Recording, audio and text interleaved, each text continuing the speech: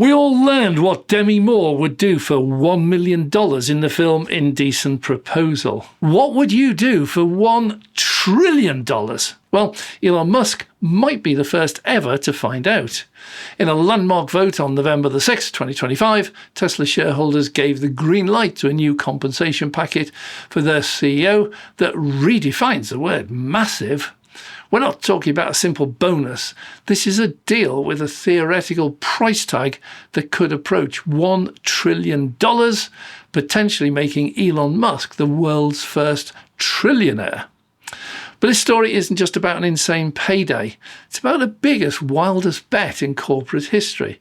A bet designed to solve one problem: keeping Elon Musk from abandoning Tesla. In this video, we're breaking down how this unprecedented deal actually works. We'll explore this sci-fi level target Musk has to hit, why some of the world's most powerful investors tried to shut it down, and what this all means for the future of Tesla. This isn't just a business deal, it's a high-stakes corporate heist where the prize isn't just money, it's control over a company shaping our world. And at street level, it could either make shareholders absolutely wealthy or sink the entire ship. So why would Tesla's board offer a deal this huge? It's simple. They're terrified of a distracted Elon. See, Musk isn't just the CEO of Tesla. The guy runs Megapack, SpaceX, X, formerly Twitter, the Boring Company, XAI, leading to AGI, and is trying to merge brains with computers at Neuralink. Now he might be opening his own computer chip manufacturing company in the States called a fab. For Tesla board, that's a multi-billion-dollar headache. It's common in industry where all the focus of a company, any company, is centered on one key person, and the loss of that person would be catastrophic to the company. There's normally an insurance policy that all companies take out to cover if anything happens to that key person for whatever reason. Well, the reality is Elon Musk is the Tesla brand. He's the visionary, the chief engineer and the master salesman who captivates investors with grand promises of artificial intelligence and robotic revolutions. Few talk about Tesla without a mention of Elon Musk. Like him or loathe him, he is Tesla. Oh yeah, and the richest or second richest man in the world. Keeps switching. The board warned shareholders that if this pay package wasn't approved, Musk might step down or shift his focus elsewhere. As Tesla faces a critical period for EV sales amid rising competition, the last thing the board wants is for their miracle-working CEO to get bored and just walk away. So they devised a solution. Not a raise, not a simple stock bonus, but a compensation plan so colossal it acts as a set of golden handcuffs. The board argues this isn't just a reward, it's a retention strategy. It's a structure designed to force Musk to pour almost all his energy into achieving certain goals that are so ambitious they sound like they were pulled from a sci-fi novel. It's a bet that the only way to keep a genius like Elon Musk engaged is to offer him a prize that is, itself, history-making. So what's the blueprint for this all-or-nothing gamble? Well, first, forget a salary or a cash bonus. Musk gets absolutely nothing. Nothing at all, unless he pulls off a series of staggering achievement. Note that, a series. Plan is broken down into 12 stages, and to unlock each slice of stock options, he has to hit both a market capitalization milestone and a set of operational milestones. So first, the market cap. In late 2025, Tesla's market capitalization is hovering around 1.5 trillion. To unlock the full payout, Musk must grow the company's value to an almost unbelievable 8.5 trillion. That's not a typo. Yeah, each of the 12 tranches is tied to massive leaps in valuation, starting with a jump to 2 trillion and increasing from there. And this means Musk, to get paid anything at all, the shareholders have to see their investments multiply over and over again. But market value alone isn't enough. He also has to hit a series of audacious operational targets. The proposed goals include Optimus humanoid robots. Alongside those, he has to hit staggering financial targets, eventually reaching an adjusted EBITDA, or operational earnings, of $400 billion in a 4-quarter period. Now, for that context, Tesla's recent EBITDA has been a fraction of that, meaning the final milestone requires a nearly 35-fold increase in profitability. It's staggering. If, and it's a massive if, he achieves all of this, the stock he's awarded could increase his voting control of Tesla to around 25%, just slightly more. This is key. Musk has publicly stated he's uncomfortable growing Tesla as an AI robotic leader without at least 25% voting control. Enough to be influential, but not so much he can't be overturned. This deal, therefore, is not just about wealth, it's about securing power. Well, the targets are set, the gamble's on. It's a pure pay-for-performance deal where Musk only wins if shareholders win big first. So at this stage, what are your thoughts? Drop your thoughts in the comments if you haven't already. Please subscribe. So, while a majority of voting shareholders gave it the thumbs up, this plan did not sail through without a fight. In fact, it faced a firestorm of opposition. Some of the world's most influential investor groups and proxy advisory firms like International Shareholder Services and Glass Lewis recommended voting no. They argued the package was unfathomably large, would cause massive dilution for existing shareholders, and lacked proper oversight. Well, major investors, including Norway's sovereign wealth fund, one of the largest funds in the world, also voted against it. Their primary concern was the sheer size of the award and what they called a lack of mitigation of key person risk. In other words, they felt the deal did the opposite of what the board intended. Instead of protecting the company from its reliance on one man, it doubled down on that very risk. Critics, including the New York State Comptroller, called the plan pay for unchecked power, arguing that it would simply allow a famously impulsive leader, it's a mild word, to pursue risky moonshot projects with even less accountability. The core criticism boils down to one simple question: where are the guardrails? Now, one critic from the group Public Citizen went so far as to claim the new compensation package is worth 10 times more than the salaries of all the Fortune 500 chief executives combined. This wasn't just about the money. It was a fundamental disagreement about corporate governance and whether any single individual should be entrusted with this much potential wealth and power.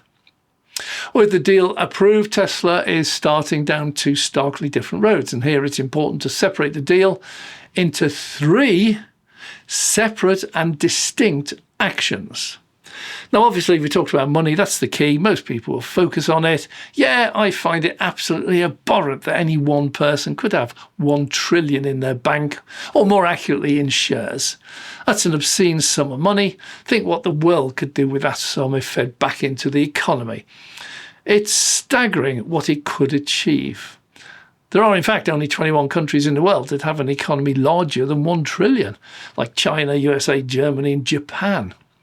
Strange to think our economy in the UK is just $4 trillion. It's obscene, but look behind the reasons stated. They want to retain Elon because they have virtually nothing to lose. In hard cash, if Elon fails, he's likely to have made some progress along the way, so the company giant gains and has to pay out nothing, absolutely nothing. The company gains, Elon loses. Now, on this channel, I always dig a little bit deeper than many others and also try to bring it down to basics. So let's ask the question, could this work elsewhere? Forget Elon, can we use this principle elsewhere? And the answer to that is really fascinating. Take the NHS. We have a chief surgeon who might be doing or overseeing 4 million operations each year, and we have a backlog. We have a queue of an absolutely amazing, staggering 7.6 million on the waiting list. That doesn't include the number of people each year that have accidents or sudden illnesses. These figures are just incredible, and we, the public, all 69 million of us, would dearly, dearly love an NHS with no waiting list. Just walk in and get treated. We pump in many, many billions every year to try to get it working. It never works and the waiting list grows. critical treatments are still being rationed. Never going to happen, you say. However, let's apply that principle. We get all the very top senior consultant surgeons who control most, if not all, the operations being performed, directly or indirectly, who currently earn around and above 100,000 a year. And we say to them, here's your new deal.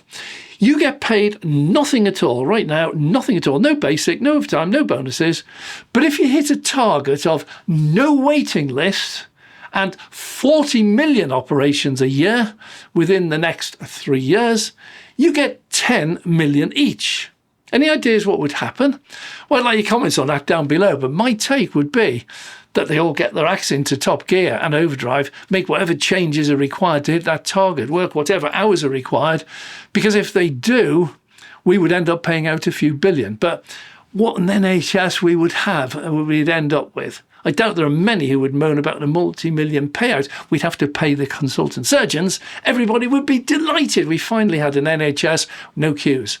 No ringing a doctor to try to get an appointment. No waiting list of a reference to a specialist. How about ring your doctor, go and see him. Doctor sends you to a consultant same day. He schedules tests that day or the next. And if an operation is required, happens the same week or next week. Imagine having a car crash and the ambulance rushes you to hospital where nurses rush you straight into treatment. Forget trolleys and queuing. You get seen immediately. Would that be worth a few billion that we would otherwise have paid to the NHS anyway? Now, do the same with teachers. No pay now, but £1 million each for the head teachers if all your pupils get A grades by the end of 3 years. Or factory workers, no pay now, but you get £1 million if you make 10 times as many widgets per year within 2 years. It raises very interesting questions. Yeah, the pay's horrendous, but the results would benefit us all. So the idea of no pay and a massive payout if you hit targets, I believe, is good in principle. It definitely wouldn't suit many. Far too many people would now just stick with a nice regular pay packet. Be interesting to see how many would actually take it. Well, the third element is control or power. When you're a multi-billionaire, the richest man in the world, money has actually less meaning than power. Elon and Tesla have oodles of free cash to invest in all sorts of weird and wonderful ideas. But unless the board of directors votes them through, nothing happens. No amount of money can succeed because all companies like Tesla are actually owned by the shareholders. Elon does not own Tesla. He and I own parts of it. And yeah, his bit is much larger than my few shares. But he cannot order the board of directors to fund and carry out anything. The more shares he has, the greater say he has. If he could get up to 51% of shares, he would indeed be a very dangerous man. But that actually is prevented from happening. But this is going to take him up to 25%. He owns 25% Tesla, so has a very important input, but still needs at least 26% of the shareholders to vote through what he wants to do. He believes he's got good arguing power, negotiating power to achieve that. So he doesn't need a salary now. He's got money in the bank, but this deal gives him a huge incentive to succeed because he will gain in order of importance, power and money. Shareholders will gain money and the workers gain solid, steady employment at a time while auto workers elsewhere are being put onto short shifts and paid off in the tens of thousands while the factories close down. For anyone involved in the auto industry, and particularly the EV industry, this is probably a good deal. Great for the workers. Don't forget, Tesla workers on the factory floor also get share options, and many of them will have voted. And the vote was overwhelming, 76%. However, to someone frying burgers or stuck in a call centre, this is just obscene and should be banned. It's all to do with perspective. Well, let's imagine the gamble pays off if Elon Musk achieves these goals. Well, Tesla will have undergone an absolute radical transformation. It won't be just a car company anymore. It'll be the world's undisputed leader in artificial intelligence, robotics, and sustainable energy. Its $8.5 trillion valuation will make it the most valuable company in history by a staggering margin.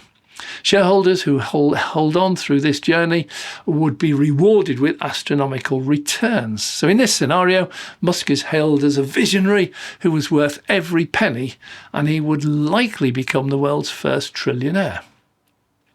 But there's also a much darker possibility. What if the gamble fails? What if the intense focus on deploying 1 million robo-taxis and building an army of robo-cabs and Optimus robots causes Tesla to neglect its core electric vehicle business?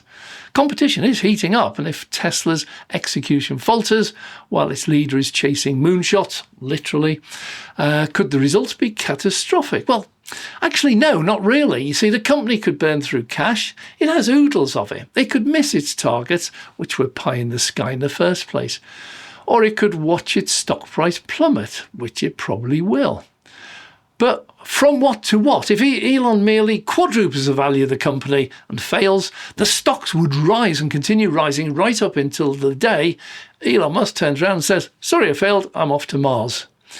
Well, this is the mutually assured destruction scenario that seems to be built into the deal. If the company fails to reach these heights through Musk's guidance, Musk gets nothing. So Tesla gains, however much he's made it grow, double, quintuple, or tenfold, and doesn't have to pay out a penny. But in that reality, the shareholders who were in at the start will have seen Tesla grow and made a very tasty profit. Those late in are likely, as always, to get hammered. The value of the company will crash, but not down to bankruptcy. It would drop back to being just another car manufacturer with a value similar to Ford or GM or BMW. It would still have its mega factories and still produce great cars, but the spark would have gone. Elon Musk's new pay package is far more than a financial transaction. It's a referendum on the man himself, a high-stakes bet on his singular vision for the future, and a wild gamble he can get Tesla there. By voting yes, shareholders have decided to push all their chips to the centre of the table, gambling that Musk's genius, ambition and drive are the only assets that matter. He hasn't let them down in the past. Shares today are more than 20 times the value than back in 2011. That's some growth. My own shares have an average buying price each of less than $300 and current value is nearly $450. If he can tenfold that value, I'll be absolutely delighted. Well, ecstatic, in fact. The deal is designed to align his interests perfectly with shareholders by tying his reward to their success on an unprecedented scale. The vote is a resounding victory for Musk, a clear signal that for a majority of his investors, the potential rewards easily outweigh the momentous risks. But that's investment for you. The value of investment can go up as well as down. The real work and real challenges begin now.